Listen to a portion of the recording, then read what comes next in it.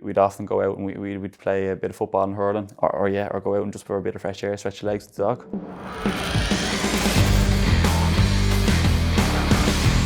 My biggest influence would have to be my dad. He's someone who brought me to my first GAA session. He's someone who's heavily involved in Gaelic football and hurling, and he was my manager growing up for my team in Whitehall, and someone who has been with me all the way, and someone who gives great advice, and yeah, it'd have to be my dad.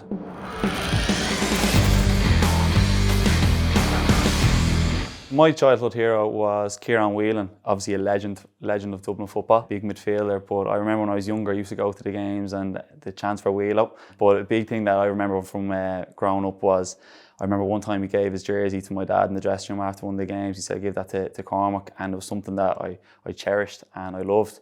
And it's something that I tried to remember as now I'm lucky enough to play for Dublin, where I know a small gesture like that to a Dublin fan can mean an awful lot, like it did to me. So yeah, he was definitely my hero growing up.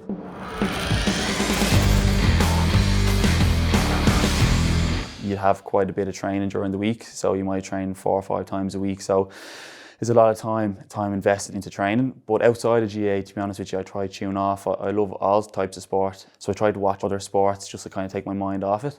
And then we go back. Then it's fully focused on the skills and practicing my skills and focusing on training and trying to be better. But yeah, a big thing is tuning off on the rest days and looking at other sports. I often bring the dog on a walk, or I play football with the young lad. We'd often go out and we'd play a bit of football and hurling, or go out and just for a bit of fresh air, stretch your legs with the dog.